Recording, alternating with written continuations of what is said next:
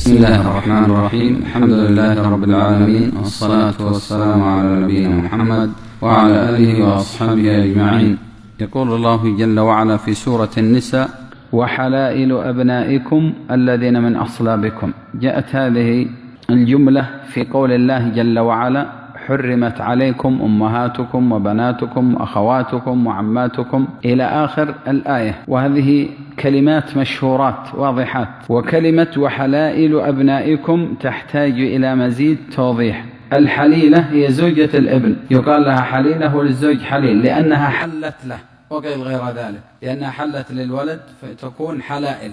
هذه الحلائل قال الله حلائل أبنائكم، والمقصود بالأبناء كل ابن لك وإن نزل، كل ابن لك وإن نزل، سواء كان ابن الابن أو ابن البنت، فهذا تكون زوجته محرم لك. وقال الله جل وعلا هنا من أصلابكم، من أجل أن يخرج المتبنين في الجاهلية، زوجة المتبنى في الجاهلية، لأنهم كانوا في الجاهلية يتبنى له ولد، الرجل يتبنى ولد ثم يكون لهذا الولد زوجة، فيجعلون هذه الزوجة محرمة على الذي تبناه. فجاء الإسلام فنسخ ذلك، لأن الله جل وعلا قال وحلائل أبنائكم الذين من أصلابكم، فأخرج المتبنى، مثل ما كان للنبي عليه الصلاة والسلام متبنى وهو زيد بن حارثة أبو حارثة، ولكن كانوا يقولون له زيد ابن محمد. قال الله جل وعلا: ما كان محمد أبا أحد من رجالكم ولكن رسول الله وخاتم النبيين. فتزوج النبي عليه الصلاة والسلام المرأة التي كانت مع زيد، وهي من؟ زينب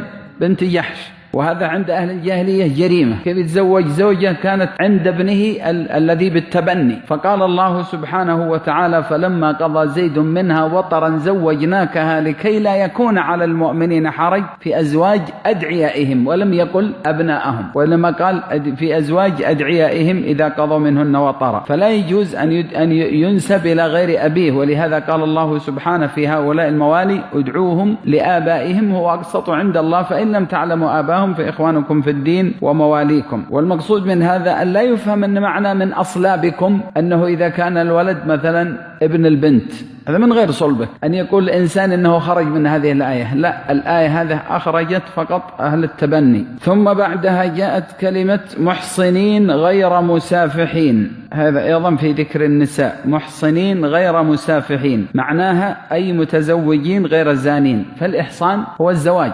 والسفاح هو الزنا، مأخوذ من سفح المني. السفاح هو الزنا والإحصان هو الزواج. وجاءت بعدها طولا، هذه أيضا جاءت طولا في أكثر من سورة، جاءت في غافر وجاءت في النساء. وطولا المقصود بها السعة، المقصود بها السعة والغنى. قال الله جل وعلا: ومن لم يستطع منكم طولا أن ينكح المحصنات المؤمنات، ما عنده سعة ولا عنده نفقة، ولهذا الناس يقولوا فلان صاحب طول، فالطول هو السعة والغنى. فمن لم يكن عنده مال وسعة في أملاكه أنه يتزوج من المحصنات المؤمنات، قال الله: فمما ملكت أيمانكم فتياتكم المؤمنات. إذا عرفنا أن معنى الطول هنا السعة والغنى، والمقصود به هنا القدرة على المهر. ثم جاءت كلمة أخدان، قال الله: ولا متخذي أخدان. أخدان جمع، مفرده خدن، مفرده خدن، وهو الصاحب، يطلق على الذكر والأنثى. والمقصود هنا المصاحبة للفاحشة، المصاحبة على ما يسمى الآن للعلاقات المحرمة، هذا هو الخدن. قال الله: ولا متخذات أخدان، ولا متخذي أخدان، ولا يجوز هذا اتخاذ الخدن وهو الصاحب لأجل هذا الأمر وهي الفاحشة. وجاءت بعدها من الكلمات التي تحتاج إلى توضيح كلمة العنت، نقرأها أليس كذلك في سورة النساء: ذلك لمن خشي العنت منكم. من يقول لي إيش هو العنت؟ أنا أتدبر القرآن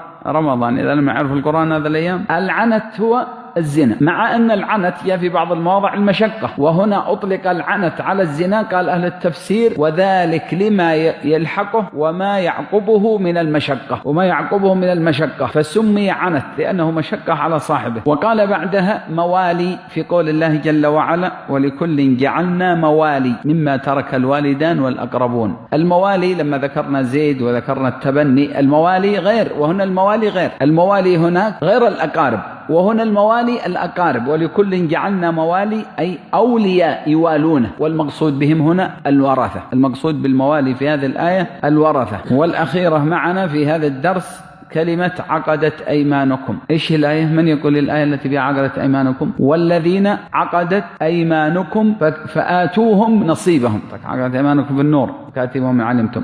هنا في النساء والذين عقدت أيمانكم فآتوهم نصيبهم. إيش هذا النصيب؟ وما معنى عقدت أيمانكم؟ الأيمان جمع يمين وهو القسم، وقالوا إذا تدخل فيه اليد اليمنى. هذا كان في الجاهلية، كان عندهم المعاقدة وهي المحالفة، وإلى الآن توجد المحالفات بين الدول، فلان حليف فلان وكذا، تحالف تعاون تكاتف. فكانت المحالفة في الجاهلية الرجل الذي هو في نقطة ضعف أو يخشى من خصم أو يخشى يذهب يحالف له جهة قوية، فيكون هناك تحالف وتعاقد. إيش هذا التحالف والتعاقد؟ يأتي كل طرف للآخر بالأيمان والقسم أن عهدي عهدك وثأري ثأرك ودمي دمك وحربي حربك وسلمي سلمك، ترثني وأرثك. هذه المعاقدة كانت في الجاهلية، وكانت في أول الإسلام سارية المفعول كانت موجودة، يعني وصلت المحالفة إلى حد أنها إيش؟ ترثني وأرثك، يجعلها بمنزلة القريب في الدم، سلمي سلمك حربي حربك، إلى أن وصل ويقول ترثني وأرثك. فكانوا يورثون للحليف إذا مات حليفه السدس، كان يأخذ السدس، يعني مثل نصيب الجدة